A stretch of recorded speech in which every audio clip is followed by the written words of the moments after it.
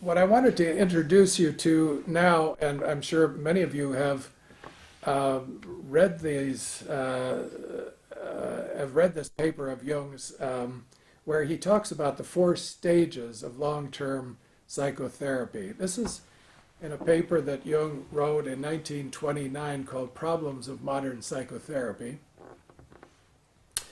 And I find it a good way to think about different aspects of what's going on in the analytic framework and relationship at different moments. And one of those moments is what he calls the stage of transformation. Now, he speaks of four stages as though they're lined up one after the other. I think of them more as levels that one goes into and out of at many points in a long-term psychotherapeutic relationship.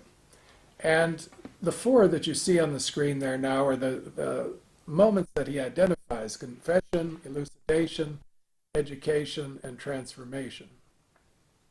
It's only really the fourth of these that has specifically to do with our topic today, that is the transference, countertransference relationship and transformation in analysis. But the other three, I think, are also very much a part of that whole mix that goes into a Jungian experience of psychotherapy. He talks about them as stages, and I will go through them that way and then focus on the fourth one, especially transformation.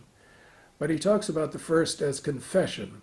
And as though that happens more or less at the beginning of a psychotherapy, but I would say that it goes on throughout a psychotherapy. And this has to do with uncovering and speaking about and sharing material that is usually enormously sensitive, that the client tends to be quite ashamed of or have a hard time talking about, and maybe has repressed and maybe has never really delved into very deeply because it is so negative,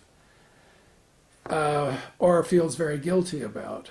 Now, I say that that can happen at the beginning of a therapy or any time during a therapy, because I think the basis for it, the basis that has to be laid down before a confession can really take place, is to develop an element of trust in the therapeutic relationship. And until that trust is there, and that's built sometimes very slowly over quite a long period of time, a full revelation of what is in that area of the psyche or of a person's experience is very hard to bring out and to deal with in an open fashion. I remember being conducting a long psychotherapy for some years with a person before, toward the very end of it, she was able to talk about something that she had experienced when she was a young woman, namely an abortion that she had had in her teen years, and that she had hidden from herself basically for a very long time, but something in one of her dreams or something in our process had surfaced this very, very old issue. And because we had established a long relationship and she felt the trust, she could go into it. And we basically spent the last part of her psychotherapy experience dealing with that very, very dark and confused and shadowy experience that she'd had 20 years earlier. So Jung relates this aspect of psychotherapy to religion, actually, too, in the confession in the Roman Catholic religion, where parishioners will go on a regular basis to confess their sins. Of course, in psychotherapy, we don't think about them as sins. We think about them as experiences that we have great difficulty in metabolizing and in coming to terms with. and putting to rest so that our lives can go on without being interfered with by the complexes that can be developed around these very dark, shadowy, and negative experiences. So confession as an ongoing part of a long-term psychotherapy is, I think, a very important feature that we need to keep our eye on. Then Jung mentions elucidation. And this touches on the issue of transference. He says that elucidation has to do with interpretation. It's a word that we wouldn't normally use, elucidation. That means to bring light to, luce, to shed light on something. And to elucidate it means to also to connect it to other things.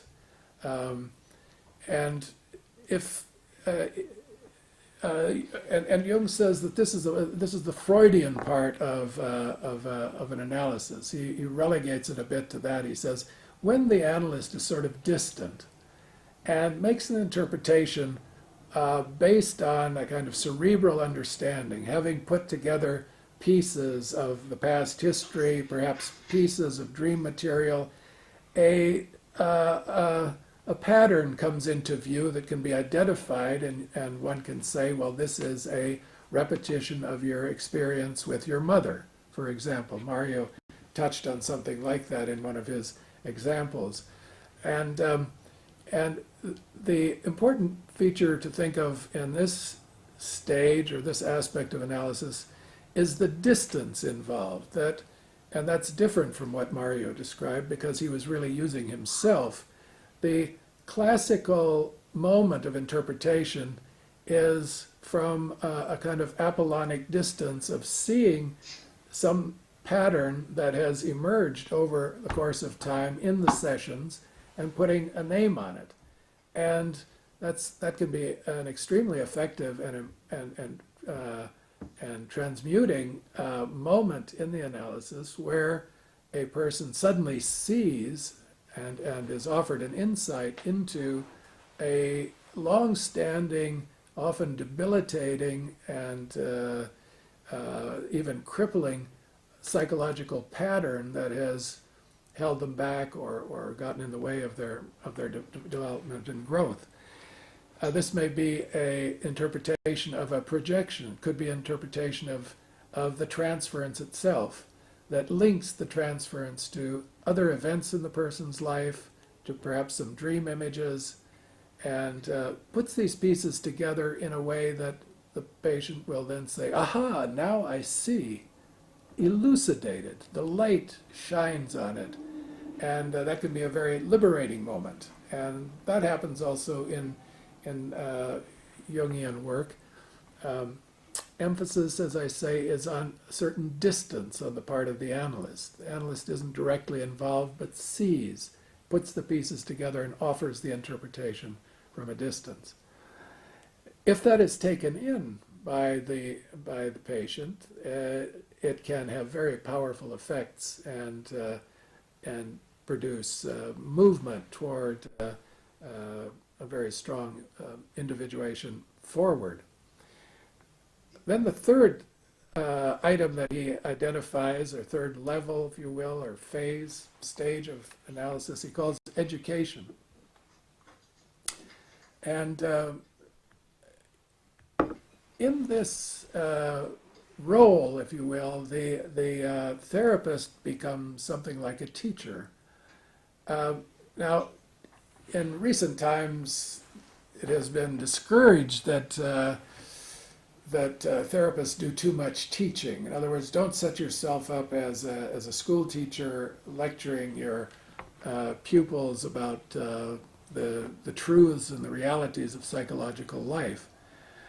I would say in the cognitive behavioral area, it's much more frequent that this kind of education takes place than it is in psychoanalytic or Jungian work, typically. But I think all analysts have the experience, maybe even shamefully so, of at certain moments mentioning a book to read, or a novel, or a film, or a personal experience that has an educational quality to it, has an educative function.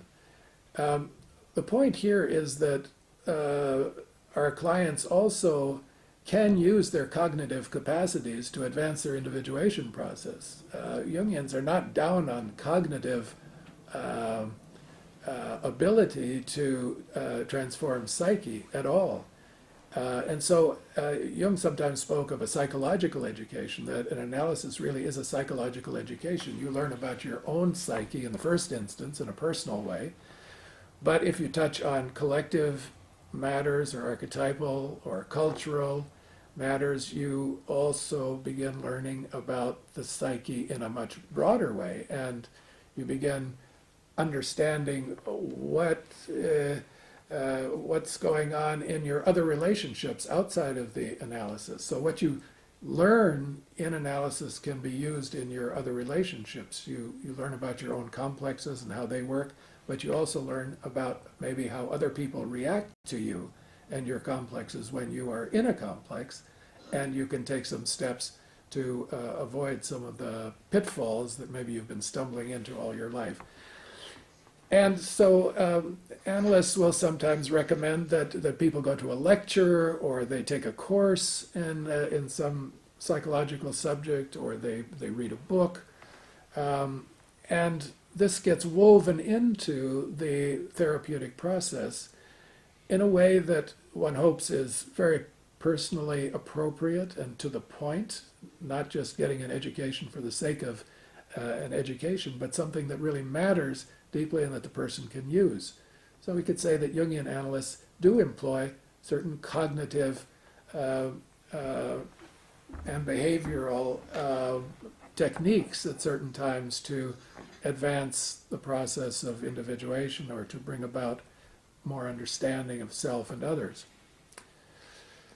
And then there is the fourth item that Jung says is the typical Jungian item, transformation. That's a word that Jung had used from early on in his writings. When he broke with Freud, he wrote a book called Symbols and Transformation of the Libido, and Wandlungen in German translates into English as transformation. Now, the word transformation needs to be understood quite accurately. It doesn't mean that you turn into a different kind of person, or that your character changes dramatically, or that people don't recognize you anymore, you're transformed. Transformation really has to do with emergence from a latent to a manifest state, or from an unconscious to a conscious, or from a potential to an actual state of being. It's that movement across the threshold from the your unlived life, living it more fully, experiencing your emotions more fully, experiencing your past and your present, and your anticipations for the future in a stronger way, in a more effective way, a more conscious way. Now, how this gets played out in the course of an analysis is between two people.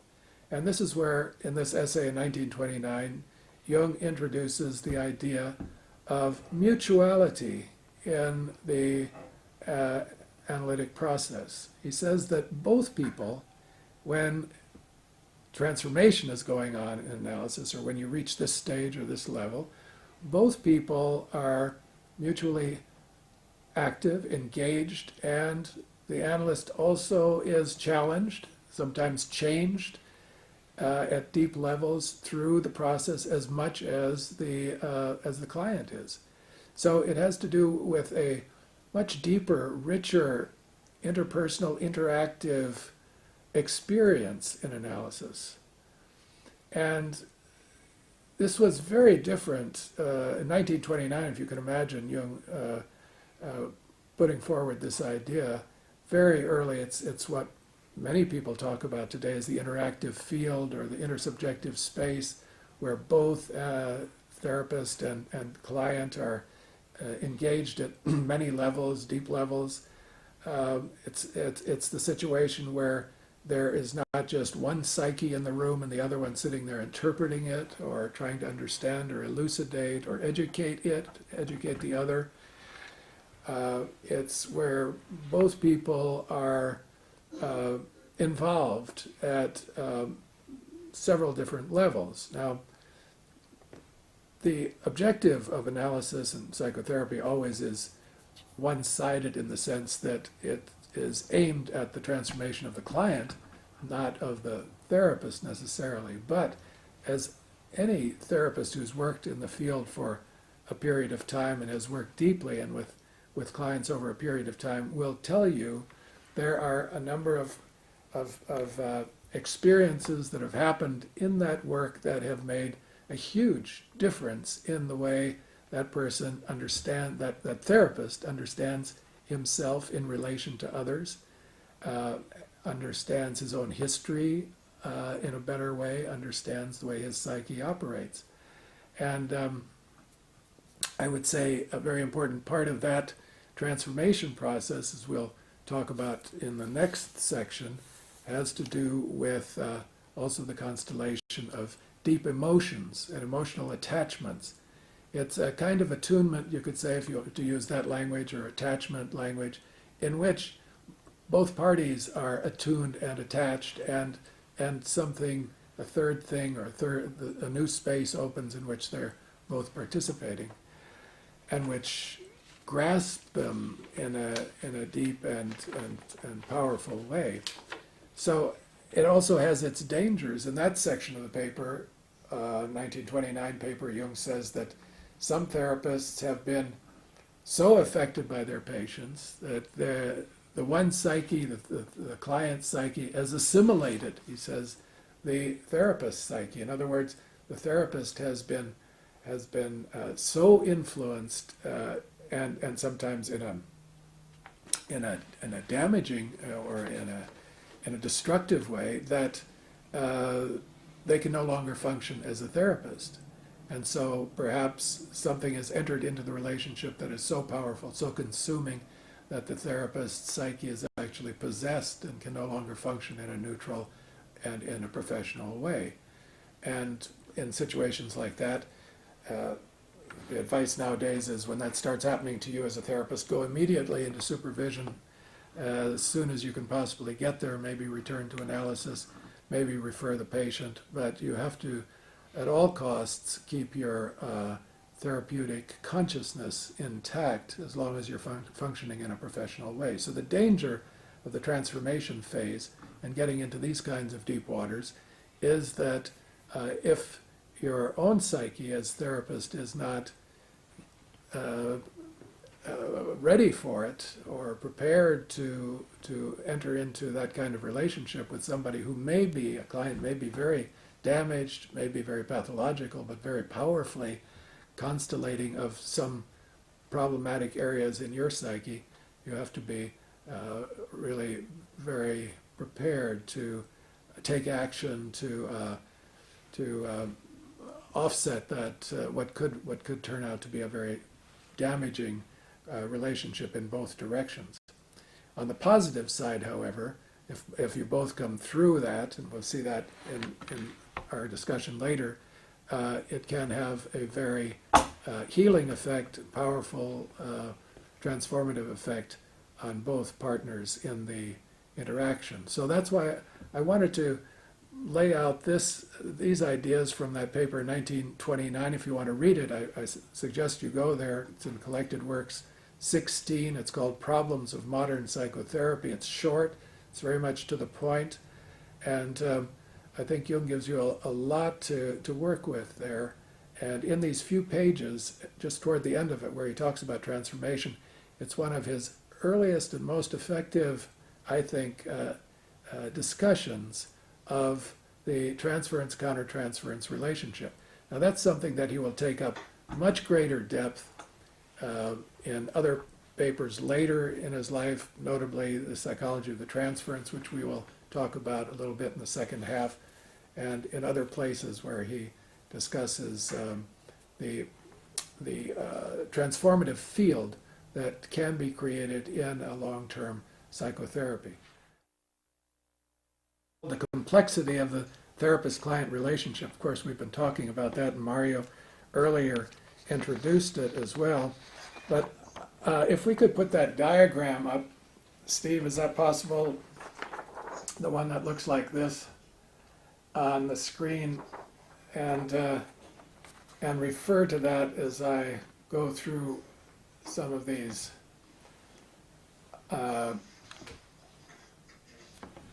complexities of the therapist-client relationship. There, you see it. Okay. Now this is from Collected Work 16, page 221, if you want to go and look it up later. In 1946, Jung published the very short book called The Psychology of the Transference. And it's divided into two parts. And in the first part, he discusses transference in a kind of general way, in a more clinical way, in a way that's easier for us to follow and to read. And in the second part, where he uses the pictures from the alchemical text, the Rosarium Philosophorum. And this diagram is his attempt in the first part of that essay to describe in an abstract way the various vertices, if you want to call them that. Vertices, that's a nice word that Fordham liked so much. Vertices of the relationship between the analyst, which is located as A up there in the corner on the left of the screen, and P, we call him the patient, on the right of the screen. In Jung's diagram, he doesn't refer to them that way, but I've put that in there to simplify things a little bit. And he wants to talk about the various dynamics that come into play when two people come together in a relationship that is going to call forth, if you will, all of the complexity in both of their psyches, and bring those two complexities into play with each other in the transference-countertransference mix, if you will. And so he uses this diagram to sort out the different angles and aspects of that, and to be able to talk about what's going on in a kind of abstract way. And I think it's a very useful diagram to keep in mind when you look at your actual work with your patients, and try to sort out the different regions, the different dynamics that are going on between you at any given moment. Any one or all of these different vertices and directions may be active. But let's just go through them one at a time and then see how they link up with each other, connect, and then you can ask some questions and we can have some more conversation. Let's start with the top arrow, which we call small a, that runs between the analyst and the patient. This is called the conscious relationship. Okay, this is the relationship of that you can write about as the therapeutic contract. In the first session of a therapeutic relationship or of an analysis, typically you lay the groundwork for this. You set up the frame. You discuss to some extent what the expectations are. Why is the person coming to see you?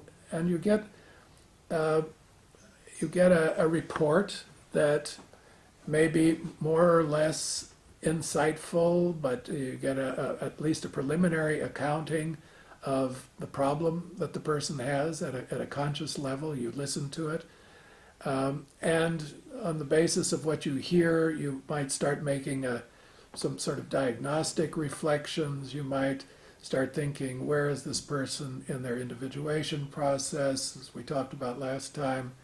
Are they retarded? Are they advanced? Are they complex in some way? You might hear about some traumas. You might hear about some current problems, marriage, family, career, whatever is the difficulty. That's all a part of the conscious relationship that comes into your office and comes into being in that first session. You also settle things like time of sessions, frequency of sessions. You talk about the financial aspects of the relationship, and maybe you open the floor, if you will, for questions. Maybe the person has some questions they want to ask you about your orientation, about your associations, about your training, your background. All of this is kind of setting up a conscious relationship at the beginning of the therapy. A part of that also, of course, in the mind of the therapist is your duties and responsibilities as a professional working for a fee, working within a context of a profession with its ethical rules and understandings, with its conventions and its customs. You bring all of that in as a part of your conscious awareness as to what you're going to be doing in this relationship and how you're going to be behaving and how you're going to conduct yourself. All of that belongs to Avenue A up there. And all of the exchanges that are made on a rational, conscious level, whether they're interpretations, whether they're on the part of the patient, reports about what's going on in life, in their life, in their outside life, or the reports they bring from their dream life, all of that passes across this conscious vertex A. That's all above board. If you film the sessions, you would have it on film. You can see it. It's very evident, manifest. It's like the manifest level of a dream. Well, that's the beginning, or that's the surface level, let's say, of the relationship. But as Mario said earlier, already in that very first session, perhaps some unconscious expectations and or semi-conscious and projections have come with the client into the situation. In other words, transference may have developed from the moment that person heard your voice on the telephone to make the initial appointment. And I can report from my own experience ringing up my analyst in Zurich for the first time and being astonished when I heard the voice on the other end of the telephone speak back to me, and I heard my father's voice speak to me. I mean, I was immediately in a transference situation. I'd never met the man. I knew him only on paper, and already all kinds of feeling opened up in response to the sound of a voice and the way that voice articulated hello. There wasn't much to hang that projection on, but it was immediate and it was very strong. Now that's vertex D, where the unconscious of the patient is reacting to something that they hear come out of the mouth of the analyst. Okay, so that line, that arrow between P prime in the lower right going up to A in the upper left is a transference vertex. The unconscious of the patient is responding to something that they hear or see or smell or taste, some sensation that they're getting, and they're associating to that sensation in their unconscious, and that's producing an emotional reaction. Okay, when I heard my father's voice, I had a strong emotional reaction. It wasn't negative. I had a very good father, and it was a very positive feeling to hear my father's voice on the other end. So I had a positive father complex transference to my analyst. Um, when you walk into the analyst's office, and this is why when you decorate your office and you set up your office, you have to be very aware that you could be stimulating transference reactions by what you put into your office, or what a person might hear, see, smell, taste, anything in your office that would set off a chain of reactions from their history, from their past, in their imagination, in their fantasy. It could be of a personal character, it could be of a what we call an archetypal character, something very primitive, something very archaic, something very unformed, larger than life, huge reaction, huge emotional reaction that we identify as archetypal. It could be something very defensive, something fearful, if it's a negative reaction, a negative transference. So, if you hang some pictures on your walls, or you put candy in the bowl in the waiting room, or you spray a particular kind of scent around your office, anything might trigger particular associations. You can't prevent it. Most analysts try to keep their offices relatively spare and clean and open to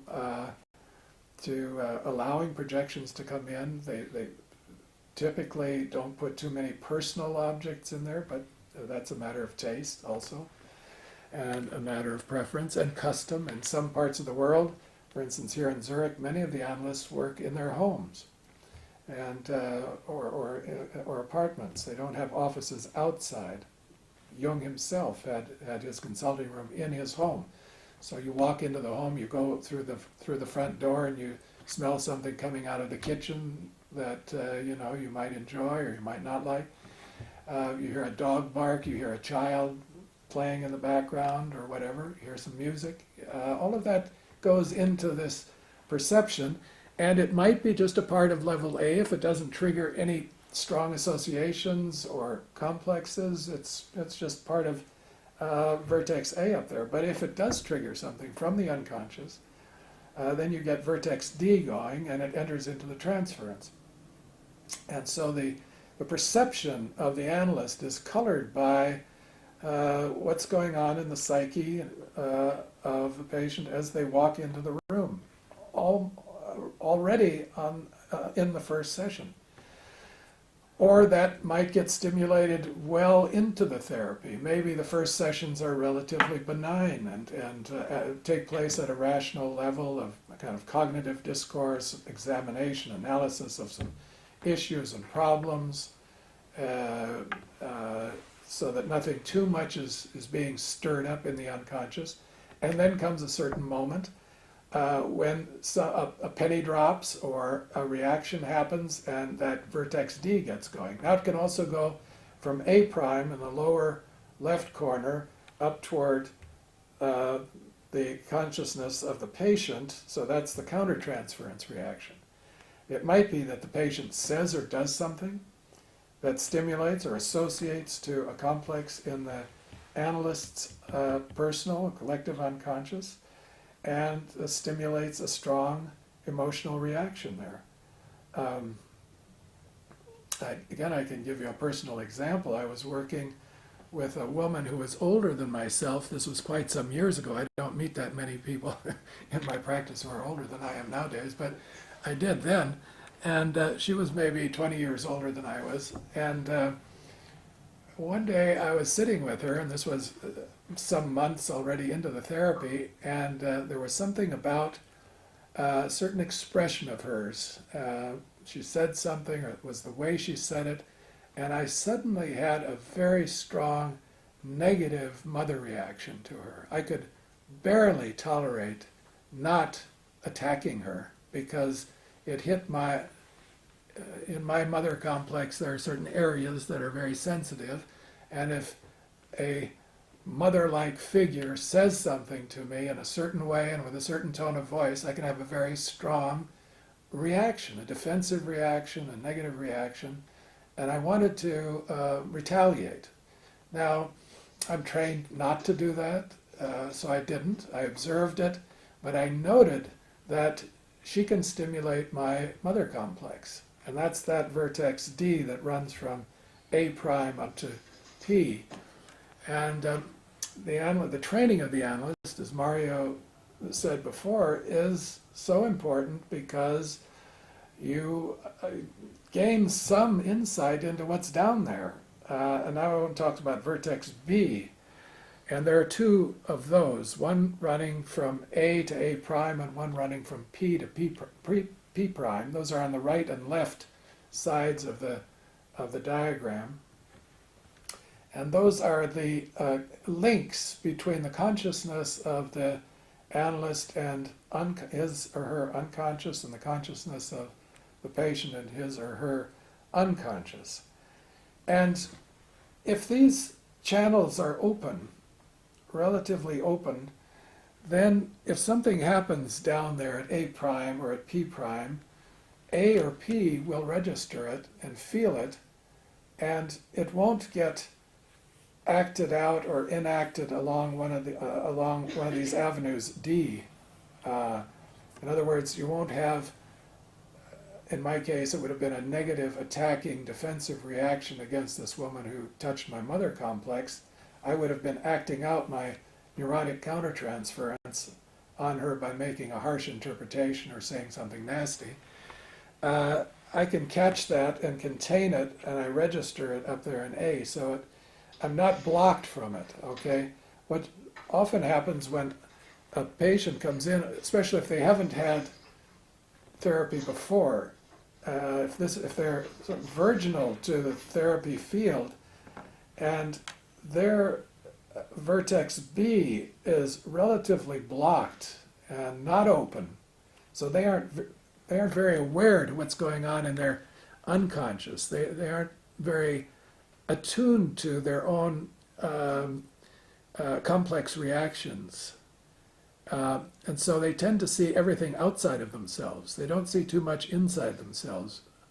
It's always somebody else's fault, or if they attack somebody else, it's because what that other person did to them first, and it's always put out there. So there isn't very much of a introspective capacity going on. Well, in the course of a deep and thorough and we hope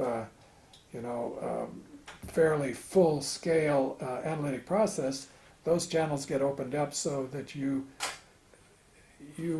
feel more of your own unconscious reactions and associations to your environment, to other people. Now, that's closed off for reasons. Usually they're defensive reasons. There's suffering down there that you don't want to feel, too much pain, so you tend to keep that blocked and you don't want to go there, and so you put it out, you project it out. But therapy, the skilled therapist always goes for where the pain is. Maybe not so directly, but that's exactly where the work is. It isn't in the sunshine areas, it's in the dark areas, it's in the hidden areas. And so the nose of the therapist is always more or less tuned to where is the suffering, where's the pain, where's the problem. And maybe sometimes you can't go there so directly, but over the course of time, that's what orients you. That's where you have to go. And so that begins to open up that B channel. As that gets opened up, yes, suffering increases, so people feel worse rather than better for a while in therapy, but that's a necessary part of the process so that they become aware of what's going on there in P prime more directly, not just from having dreams or from visions or something that comes around, so to speak, bypasses the defenses, but actually open up those channels to their own complexes and their personal history and their traumas and their suffering. And when that happens, it diminishes to some extent the material that's going on the D vertices. Okay, or at least it doesn't get acted out. It may still be triggered, but because If you're the analyst, you know what's being triggered, you can contain it, and to some extent after the patient's been in treatment for a while, they can contain it. Maybe you can talk about it. And that's where it becomes, transference, countertransference can become very valuable if you can bring it up into your consciousness as the therapist and read it in a way that maybe you can pass back to the patient something of value that will help that patient maybe understand why people react to her or him that way sometimes, or be able to interpret a habit or a construction or a presupposition, something quite unconscious, to be able to use the countertransference to actually give feedback to the other person. But that has to be transmuted first in the consciousness of the therapist. Now, in the case of an erotic transference, where there's a very strong, we say anima or animus projection, let's say, which we'll see in the Rosarium pictures a little later, so that from the point of view of P prime, the lower right corner, analyst A looks like the ideal love object. Here's a person who's totally sensitive, who's totally understanding, who actually listens to you, who actually responds to you, who's open, who's not judgmental. Wow, that's the kind of guy I'm looking for, or that's the kind of woman I'm looking for and have been looking for all my life. That's my soulmate. And that gets backed up by some archetypal imagery, some archetypal and instinctual energy, so that you've got a full-fledged erotic transference going on. And the analyst is receiving that, okay? And the analyst is maybe responding to it in A prime. Because if you are strongly idealized and loved by somebody, chances are pretty good you're going to respond strongly to that. You know, it inflates you, it makes you feel good, and you might start thinking, well, maybe she is my soulmate too. You know, maybe this is what I've been waiting for too. In other words, both of those can get going so that you've got a full-scale erotic transference, countertransference business underway. And those axes D are very strongly constellated. What is the job of the analyst now? Again, it's to use training and understanding and all the skill and character and psychological knowledge that one has to be able to transmute that feeling into what Kenneth Lambert so beautifully called agape love, not to transform eros love into agape love, and then it can really serve the therapeutic relationship as a kind of heat in the under the alchemical vessel, where you really you care deeply, you care passionately even, but it's been the erotic and instinctual fires have been transmuted and contained by the consciousness of the analyst, largely, at least in the early stages of this process, maybe at some point also by the consciousness of the client. And that can become the intensity, the emotional intensity that enters into the field that both these people are participating in. If it's not contained, and A prime and P prime get their way fully without reflection, then you have you break the frame and you have a love affair, or you act out in some way that usually ends up being terribly destructive of both people in the relationship, and in the long term, certainly not to be recommended. It's also not ethical. So the advantage that one has to working in a field that's as well established as the psychotherapy and the analytic field is today, is that we can benefit from the experiences of our forebears and from all the rules and all the reflection that's taken place that has gone into creating our ethical understandings of what is appropriate and what is not appropriate within the frame of a therapeutic relationship today. But we can also, if we're strong enough and capable enough, we can use the energies that are generated from those sources to advance the project of therapy. And that, I would say, is the real art of the therapist, to be able to use what are very base, often, and primitive sources in the archetypal realm. Archetypes are archaic things. They're primitive energies and forces that need to be refined and brought into culture and brought into consciousness, and can have great value, or they can be very destructive. And so a lot of training in our training institutes here at the International School in Zurich and other training institutes go into developing the capacity and the understandings, cognitive and emotional capacities, to work with these profound human energies that come into play from the unconscious regions, from the area of the complexes and the archetypal dimensions of the psyche. Advanced relations and transformational cases, and if we could flip through the Rosarium pictures, I just want to, and you can take a look at those for yourselves, but probably not in this beautiful colored format. I got these out of this book. If I hold it up, you can see it, where someone has taken the trouble to actually color in these pictures, and it did a very nice job. This is produced by Adam McLean, M-C-L-E-A-N.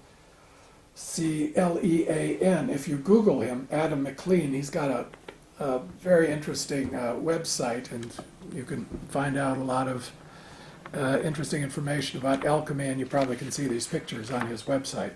So if we flip through them, the first one that you see there is the alchemical fountain, and I'm not going to say very much about these pictures, except in the second one you see the introduction of the two principles in the drama that's going to unfold. The king and the queen holding left hands, their right hands holding lilies, and a dove descending from above. And this is the beginning of their relationship. You could say this is the constellation of Vertex A. They're both in their official dress. It's a very conscious relationship, although, as you see, also highly symbolic. And Jung comments on the symbolism at great length in his commentary, which I won't go into here. The next picture, they've taken off their clothes, and they're now not holding hands, but they're crossing lilies. And in this picture, they are now seeing each other face to face fully. And this is, I want you to start thinking now about level C. Jung says that these pictures describe a relationship between an analyst and an analysand at the unconscious level.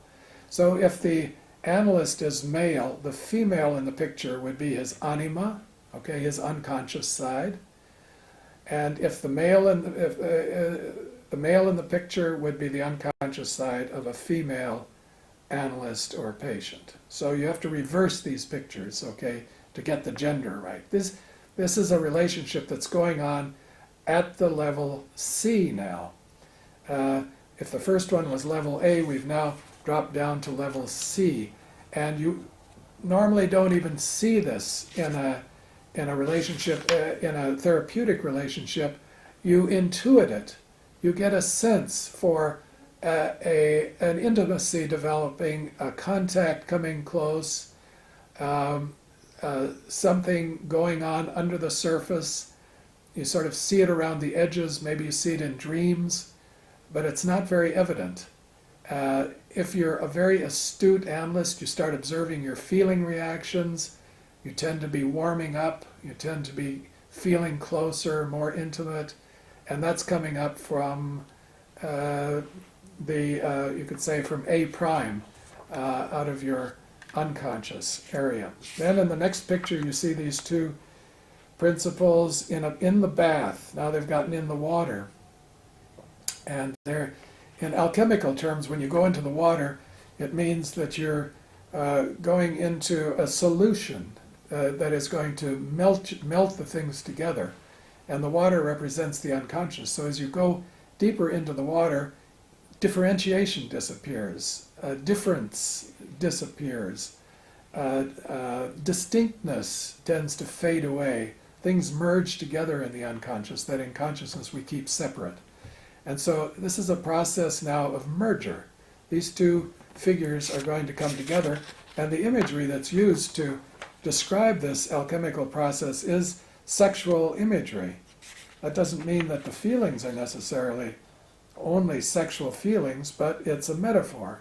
Metaphorically, in the next picture, now you see these two principles in an embrace, obviously having intercourse, and here you have the red and the white, the opposites coming together, the male and the female, sun and moon.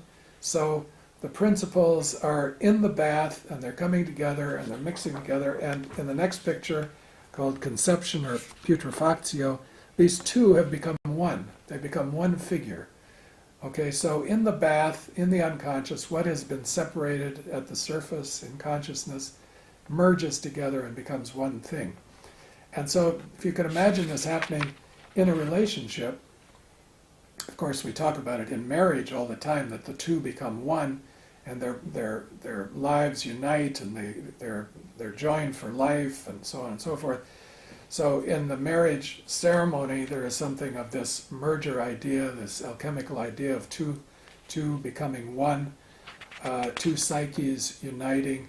Of course, in the therapeutic relationship, this is going on level C. Meanwhile, level A, you're very separate. You end the hour after 50 minutes, you charge a fee, you maintain the frame, and there are other dynamics going on level D, transference dynamics and so on. But at level C now, this is the merger going on between the two unconscious aspects of the personalities involved. And then in the next figure, you see the extraction, or the soul flying up out of the body. So these two have produced a third thing, as it say. In this merger, something new has come into being. Out of this is what this little baby who symbolizes a future, who symbolizes the soul, who symbolizes the product of their union. And he's flying upward. That means he's leaving the body behind and he's going up. Well, in the ascent, maybe he will become conscious at some point. So he goes up, and then in the next picture called washing, the washing, you see it raining on this. What has been left behind is a corpse. The body, the soul has left, it's dormant down there, and it has to be revivified. So now the water comes down. And in alchemy, of course, they had these processes of drying out and washing and death and rebirth, and as the process moves toward its final state of transformation. So in that washing, the bodies are brought back to life, and then the next picture, rejoicing or springing, sublimation of the soul. This soul is returning to the body, and you see the two blackbirds, one above ground and one below ground, emerging there. There's an emergence and a revivification, and this body that has been created now, this united body that's been created through the merger process in the unconscious, is going to come to life. So it's gone through this transformation of two separate beings coming together, mixing, mingling, becoming one, going through a death and rebirth phase, giving birth to a new thing, and now the final product, which appears in the last picture, called the rebus, okay, the new birth. Now, we want to think about this in terms of psychology and transference, countertransference, and what happens in a profound analytic or therapeutic relationship. Long term, but not only chronos time, but in kairos time, to use that language, not only long but deep. You could say that this final product, this rebus, represents as Jung describes it, and it's obvious, it's a self figure. It's a union of the opposites. It contains the sun and the moon. They're standing on the moon. Their head symbolizes the sun, the crown, the gold. It's a man and a woman combination, so it's androgynous. The syzygy that has been separated in the course of development has come together, come back together into a state of wholeness. And so this is a symbol for the wholeness of the self, but it's come into being through an interpersonal, intersubjective process, two people involved. And so the two heads might be up there, A and P, and the single body at A prime, P prime. What is that? How do you understand that in a relationship? I can only think of it as a mutual self. In other words, what we think of as the self isn't just individual. If you go into an intimate relationship and over a period of time and you have a strong interaction and your psyches mingle, you develop what could be called, I think, a mutual self. That is a single body, psychic body, not physical body, a single psychic body, where you are deeply united at an unconscious level. Now, you try to make this conscious, but you don't try to dissolve it. You don't try to make it go away. So this has to do with the resolution of the transference, so-called. You know, if you think about the end of an analysis, a good end of analysis or therapy is one in which the client can go away feeling completely intact, in good shape, not any longer dependent on the therapist or the analyst, able to function on their own without the support or the backing or the understanding of the analyst anymore. What was the audio portion in Chicago? I can't do anything about that from Zurich, but maybe they can from Asheville. Chicago has lost its audio, so if we can get them back on, please. And this mutual self, Jung doesn't call it that, I'm calling it that. He talks about kinship libido in his essay. Kinship libido is a particular quality of energy, attachment, love that comes into being between two people engaged in a deep analytic, mutual analytic therapeutic process, both of them involved in it. And that kinship libido does not disappear at the end of, or is not evaporated or dissolved at the end of a therapy. So at the end of a good therapy, the client leaves, feels whole, independent functioning, but still has a very strong feeling of connection to the mutual self that was generated in the analysis, and can go back to that in memory and in feeling, and can draw from it. And I think people who've had a good analysis over a period of time and have had a termination always return to their analyst in their mind, in their feeling, in their thoughts. I do still, 30 years later, go back into feeling my attachment, my connection to my analyst, and what I learned, what I got from them. And so it becomes like a lifelong connection. Jung called it kinship libido. And kinship libido is for life. You know, if you're kin with somebody, you may not like them, you may hate them even, you may divorce yourself from them, but you're still kin, you're still the same blood. It's like you've shared blood, you share genetic material. Of course, that doesn't come about in the course of analytic work, but psychic material is shared at such a deep level. When these channels open up at that sea level, the bottom level, not SEA, but also SEA perhaps in a symbolic sense, so that you are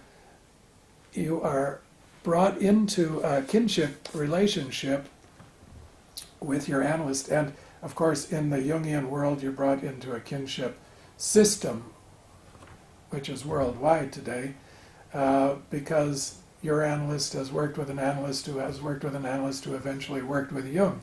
We're all related, we're all cousins. And so there is that feeling of kinship among Jungians. It's sometimes been called a cult. That's a nasty way of talking about it. It's not a cult in the sense that there aren't a lot of esoteric secrets and initiation rituals. There are some. But it is a kinship group, I believe, and it's because the relationship that develops and the intimacy that develops in these analytic settings sets us up for kinship bonds and feelings that continue throughout life. And it was the way Jung explained why people who came to work with him kept coming back for years and years later, or didn't leave Zurich and hung around and didn't really need analysis anymore, but just wanted to be a part of things. So it was like a family, a kinship group. And I think he understood those connections and feelings and attachments in a very deep way. So he used this word kinship for that. We've run out of time, but we will continue in our next seminar on dream interpretation. We'll come back to many of these same themes. Next time I'll be here with John Hill.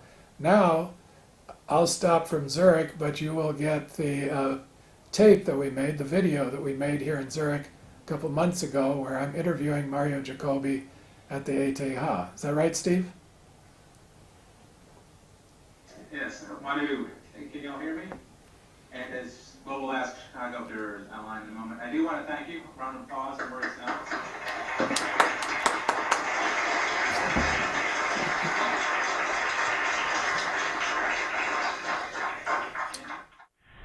I think of two types of time in psychotherapy, chronos time and kairos time. When you speak of long-term therapy, what do you mean with reference to these two types of time? Well, Hector, you introduced the subject of two types of time. There's chronos time, and then there's what we could call kairos time. When I think of long-term psychotherapy, I'm thinking typically in chronos time. I'm thinking of sessions at 1 or 2 per week over a period of some years. Of course, there is extremely long-term time where the therapeutic relationship goes on for decades. But then there is a kind of, you could say, a very deep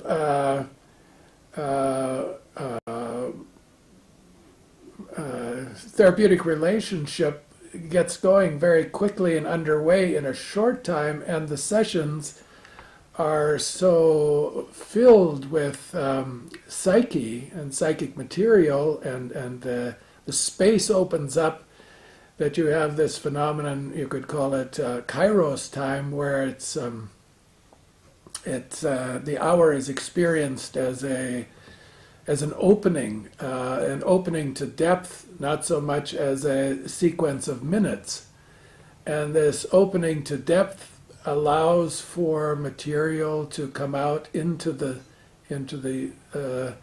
session that maybe ordinarily would take in chronos time many sessions can break out very quickly and come into the open. So you could say short term in chronos time, but long term in kairos time, if you want to put it that way. I don't equate effective therapy with length of therapy in chronos time. I think there can be very, very powerful, effective short-term cases, short-term therapies, very transformative. I remember my wife having a case. She was a therapist in Chicago, and toward the beginning of her experience as a therapist, she had a case that was cured in 4 or 5 sessions. I mean, the person really was different, and all the material that needed to come out came out in those sessions. She took it to her supervisor, who was a very experienced psychoanalyst in Chicago, and the supervisor said, well, this happens maybe once or twice in a career, that something so profound can take place in such a short period of time. Didn't question the reality of it. It wasn't just a transference cure or something sort of superficial. It was just that the person was ready, and both people were ready to go to the very core of the problem that needed to be taken in hand at that moment, and a very powerful transformation process came into play. So I like your question, because it opens this topic of is long-term therapy in Chronos time necessary for transformation, for a transformative process? I don't think so.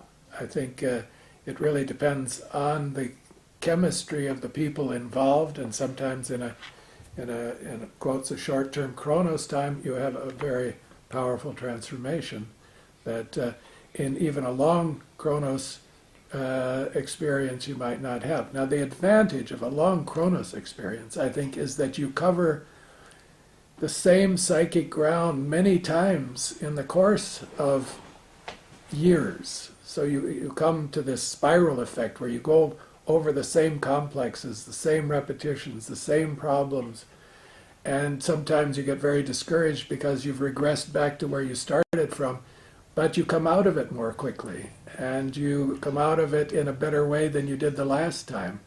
And so while it is repetition, yes, but it's advancing in another sense. So Jung speaks of a spiral, where, and Jungians often use the spiral. You pass over the same material again and again, but you do it in a slightly more conscious way, and each time with a better result in the sense of more consciousness, more ego capacity to manage the conflict and the suffering and the pain than on the time before. So that's why I like to work with people over long periods of time to have this experience of passing back again and again over these deeply entrenched complexes and conflicts, and see new possibilities emerge out of those, quotes, repetitions.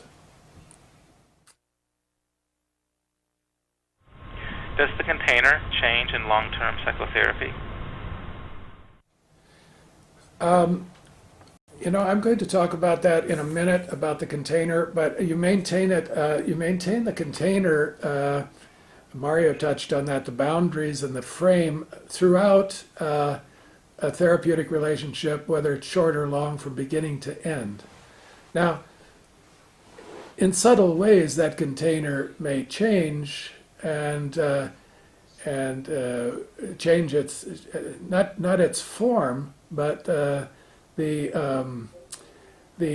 contents that come into the container, of course, change over time, but the form itself typically does not change. I wouldn't say there aren't exceptions. And I'm thinking now of a case that I heard Anne Ulanoff give some years ago at a conference, where she had a client in therapy with her for quite a long time, some years, and that person developed a fatal illness in the course of that therapy, and eventually could no longer come to sessions. And so she would make house calls. She actually went to visit the person in the client's home, and as that person was dying, sit at the bedside and carry on their therapeutic dialogue. So there you could see the container. The frame changed dramatically from an office setting, 50-minute hour regularity, to take into account a situation that could no longer accommodate that container. So the container had to change.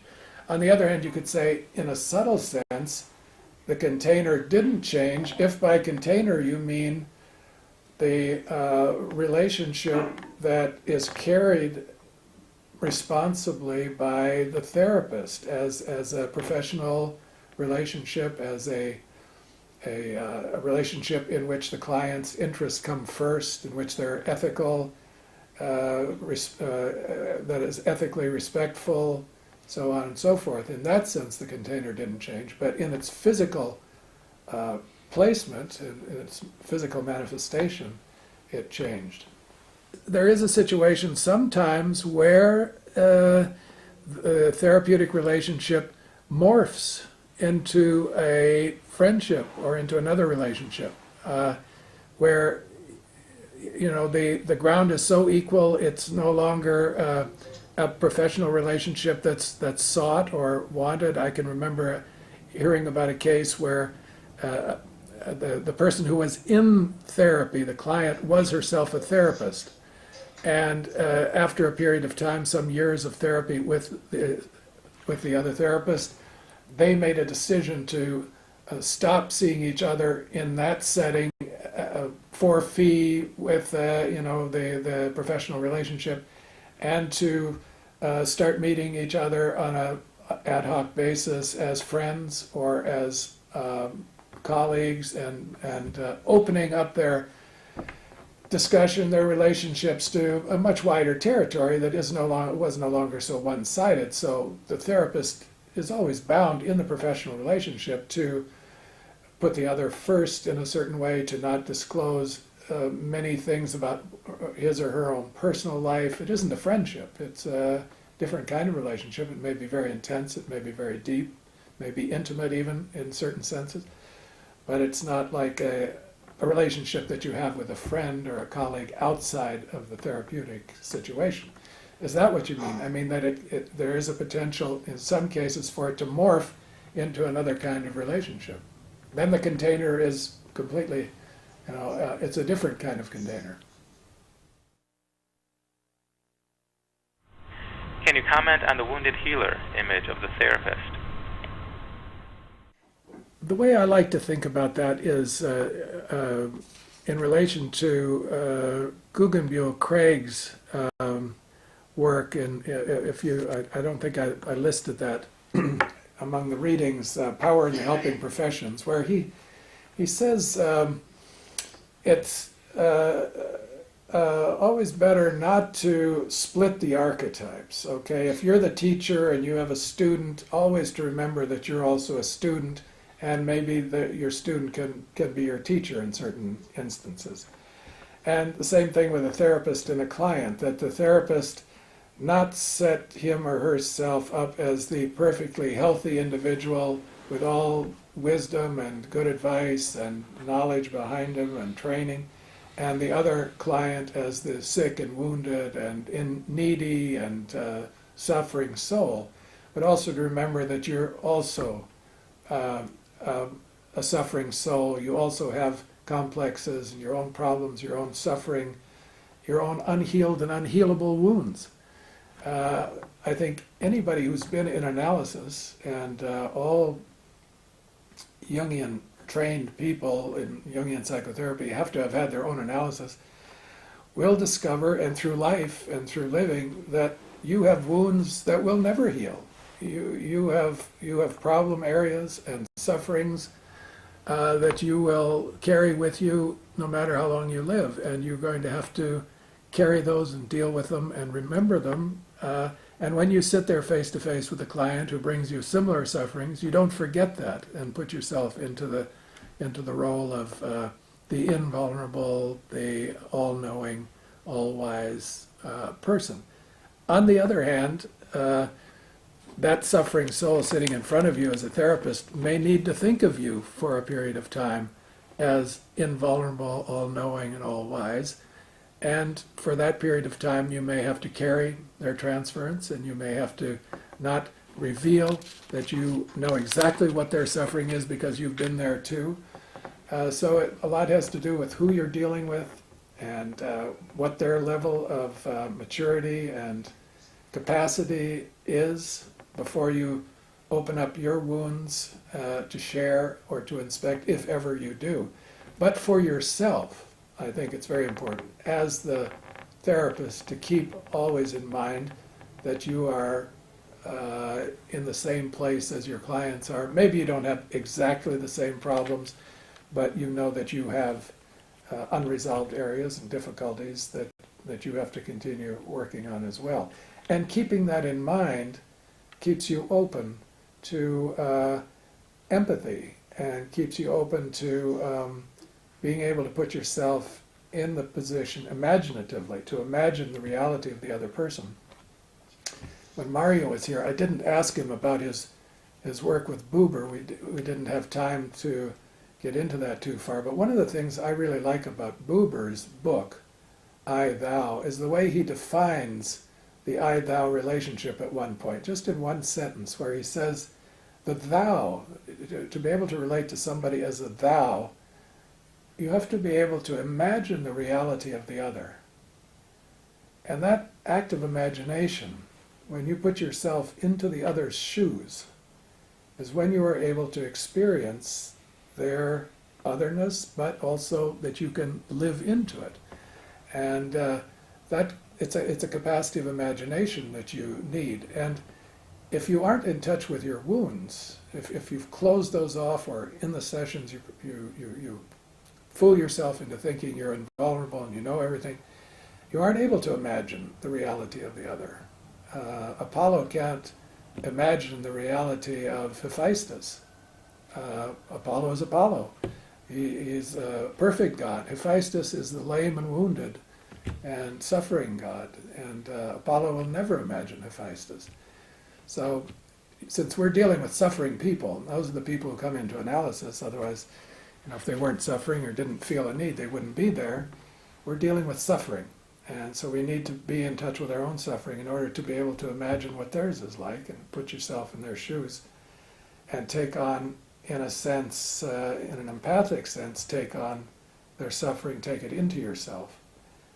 And I'll talk about that a little later, and this kind of shamanic method that Jung uses in working with transference and countertransference, actually to take the other person into yourself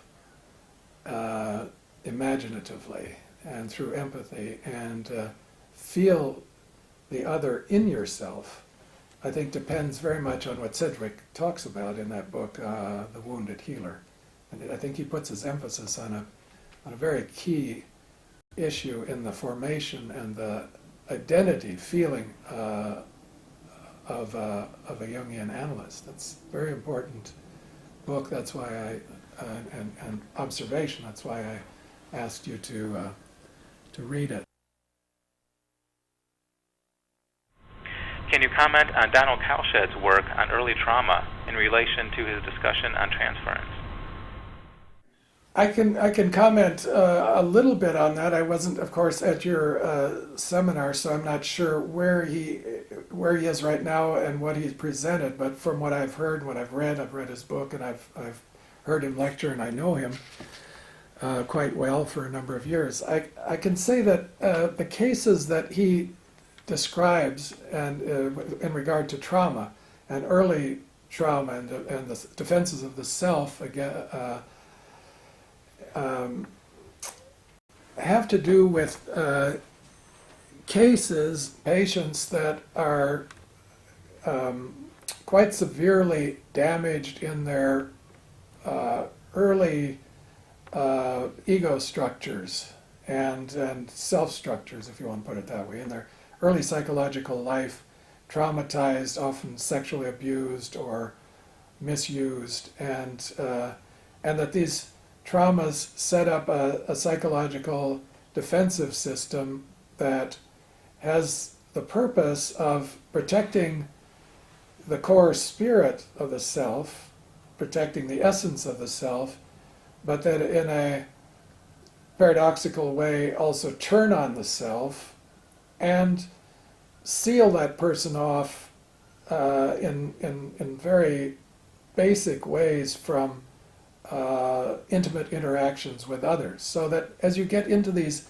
more intimate areas of relationship, as you do in analytic work, those defenses get triggered because the threat starts to enter. If you can keep the work at a pretty conscious cognitive level, you probably wouldn't experience those the defenses that he's talking about. You wouldn't see that so clearly. But he's gone very profoundly, very deeply into intimate relations with these patients, and is a master at describing how those defenses of the self work. So, say that that person's unconscious begins getting activated, that is, P prime starts reacting to A very strongly. Along that axis, there would be a lot of complicated business going on in Kalshed's system, and also axis B connecting P and P prime. It would be very strongly activated so that the analyst would be seen on the one side as a potential savior,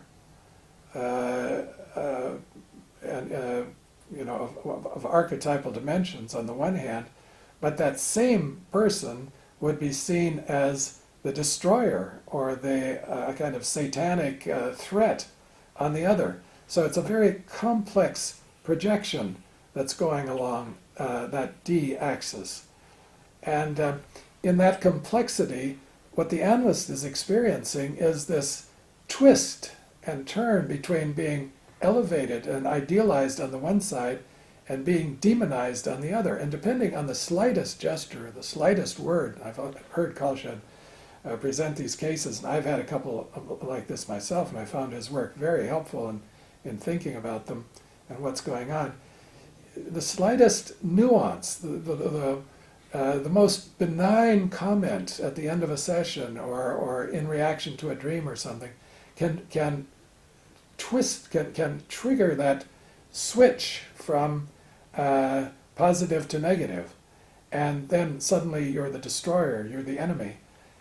Now, I think Kalshed's shows enormous skill and stamina in staying with that process and not defending himself against it. In other words, he can see through it. He can understand, at this point at least, I'm sure he couldn't before he worked this all out, he can see what that person is defending and why they're becoming so defensive precisely at that moment, because that's their moment of greatest vulnerability. That's where you are actually touching the nerve of their selfhood. And while you can't see all the links and all the connections through their association system, they're defending their core self, and they're fighting you off as though you were the devil.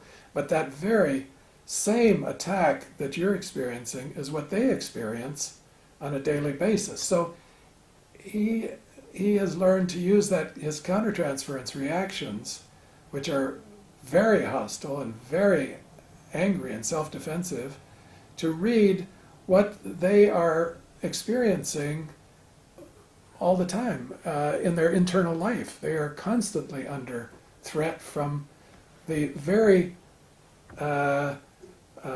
dynamic that's supposed to be defending them. So that's the way I understand it. It's mostly what's going on that axis D that he's dealing with and interpreting and trying to help P make sense of what's going on there, so P can gradually come to see that she or he doesn't need to defend himself that way, and if a certain element of trust can enter in, and some new developments start taking place, perhaps from an archetypal collective level, not a personal level, or in the experience of a caring, benign presence, begin building up a base of trust in fellow human beings that wasn't there for good reason before. Gradually, P can develop capacities for relationship that they never could have because P prime has been so active in their life. It's really destroyed relationship possibilities and made their own internal existence a living hell. Those are the kinds of cases that Kalshed has presented, and I imagine that's what he was doing in Chicago again too. Basically working with borderline personality disorders of a pretty severe sort. Did Jung learn from his client? He gives a very famous and familiar example. I'm sure you know about it, and I'll just remind you. He said he was working with a young woman who came to him at the suggestion of some colleagues, and he said about her that when she came into his room, he had very little respect for her, and the reason was that she dressed in a very peculiar way. For Zurich. I mean, she dressed in a very flamboyant and very provocative way. She was a young woman, somewhat attractive, totally inappropriate for the streets of Zurich, and he saw her as a kind of, I don't know, difficult, inferior, uneducated, looked down on her. But he decided to work with her because the colleague who had referred her, wanted that, and so he went along with it, and this went on for a little while. And the analysis basically went nowhere, he said. He couldn't pay too much attention to her, couldn't take her too seriously, didn't quite know what to do with her. And then he had a dream about her. And he said in the dream he was standing at the foot of a tower, very tall tower, and he looked up and she was standing at the top of the tower, way up high. And he looked up there and he woke up with a stiff neck, that he had been straining his neck to look up at her. So he thought about that dream and he wondered, why did he have that dream about her? What did that mean? And finally he concluded that it was a compensatory dream, as he called it, that it was giving him a dose of strong medicine, saying, you've been looking down at her to the same degree that in the dream I'm forcing you to look up at her.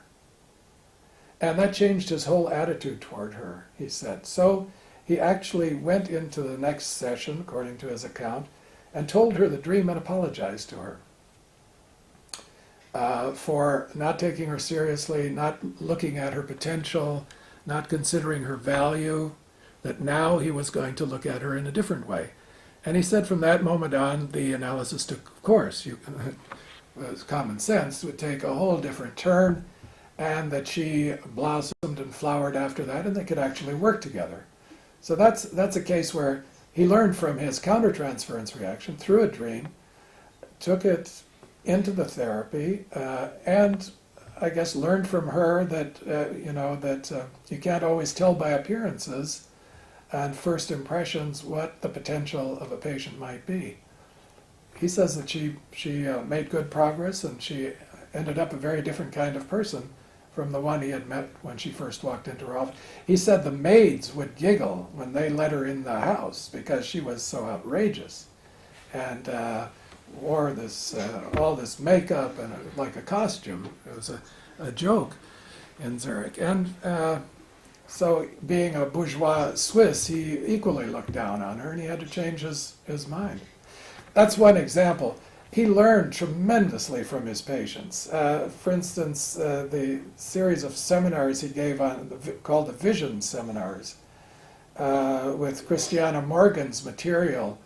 I don't know, you can read those. They're 2 thick volumes, and you can see how much he got out of sitting with people who brought him this wealth of interesting material from the unconscious. He really gave himself over. I think truly one could say that Jung did learn from a lot of his clients, especially in his early years. He learned all about conducting psychotherapy. He wasn't trained. He never had an analysis himself. He was self-trained, and who trained him? It was his clients.